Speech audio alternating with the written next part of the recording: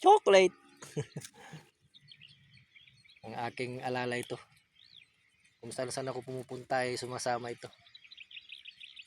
Ang aking aso na si Chocolate. Chocolate! Chocolate. O, tingin ka dun sa video. O, yun o. Pupost to sa Facebook. Makikilala ka nila. Ito po si Chocolate. Aking bantay. Ang bait pong aso to. Pero pag tumahol nito, hindi mo magugustuhan kasi umaalulong.